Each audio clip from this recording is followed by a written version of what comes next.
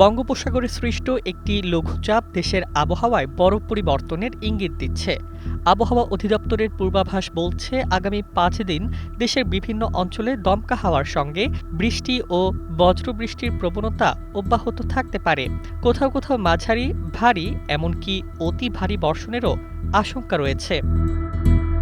শুক্রবার রাতের মধ্যে খুলনা, বরিশাল, পটুয়াখালী, কুমিল্লা, নোয়াখালী, চট্টগ্রাম, কক্সবাজার ও সিলেট অঞ্চলের ওপর দিয়ে ঘণ্টায় ৪৫ থেকে ৬০ কিলোমিটার বেগে অস্থায়ী দমকা বা ঝোড়ো হাওয়া বয়ে যাওয়ার সম্ভাবনা উল্লেখ করা হয়েছিল। একই সঙ্গে বজ্রবৃষ্টির সম্ভাবনা থাকায় এসব এলাকার নদীবন্দরগুলোকে ১ নম্বর সতর্ক সংকেত দেখাতে বলেছিল আবহাওয়া অধিদপ্তর।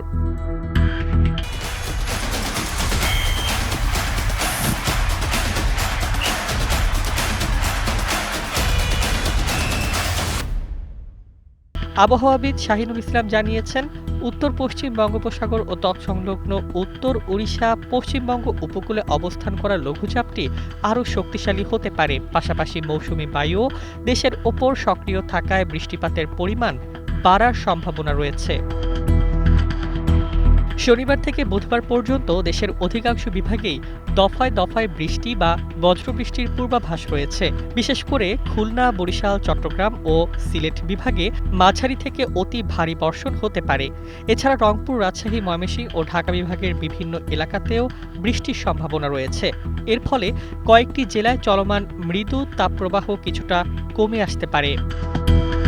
এদিকে গত ২৪ ঘণ্টায় দেশের সর্বোচ্চ ৩৭ ডিগ্রি সেলসিয়াস তাপমাত্রা রেকর্ড করা হয়েছে নীলফামারীর সৈয়দপুরে। রাজধানী ঢাকায় সর্বোচ্চ তাপমাত্রা ছিল ৩৫.২ degree Celsius.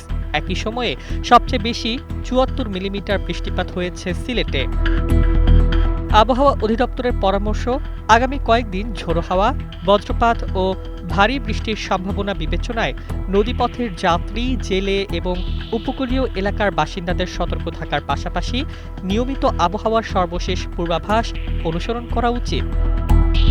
News desk, ২১ television.